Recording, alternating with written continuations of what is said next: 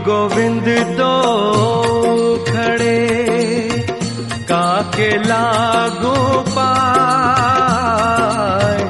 गुरु गोविंद दो खड़े काके लागू पाए। बलिहारी गुरु आपने गोविंद दियो। साथियों नमस्कार। एक सवाल ऐसा आया है, परमात्मा की भक्ति के बिना मरने का परिणाम क्या होगा।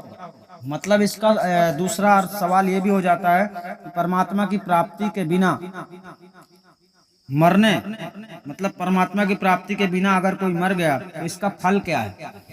इसका एक ही फल है साथियों, मनुष्य का तन पाया है तो अगर जतन करोगे, प्रयास करोगे, कोशिश करोगे तो आवागमन के चक्कर से छूट जाओगे।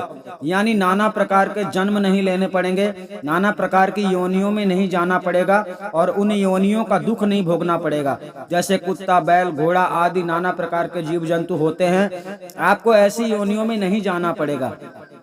और अगर आप परमात्मा की प्राप्ति कर लेते हैं, मतलब परमात्मा को जान लेते हैं जीते जी सच्चे सतगुरु की शरण में जाकर, तो साथियों आवागमन के चक्कर से छूट जाते हैं। यानी आपको हमेशा हमेशा के लिए ऐसी स्थिति मिल जाती है जिस स्थिति में जाने के बाद दुख, चिंता, भय से आप लोगों की मुक्ति हो जाती है और आवागमन का चक्कर छूट जाता है, कभी दूसरा जन्म नहीं लेना पड़ता है। और अगर परमात्मा प्राप्ति के बिना ही प्राण छूट गए तो इसका मतलब हो जाता है कि आपको बारंबार जन्म लेना पड़ेगा, अर्थात नाना प्रकार के संकटों का सामना करना पड़ेगा।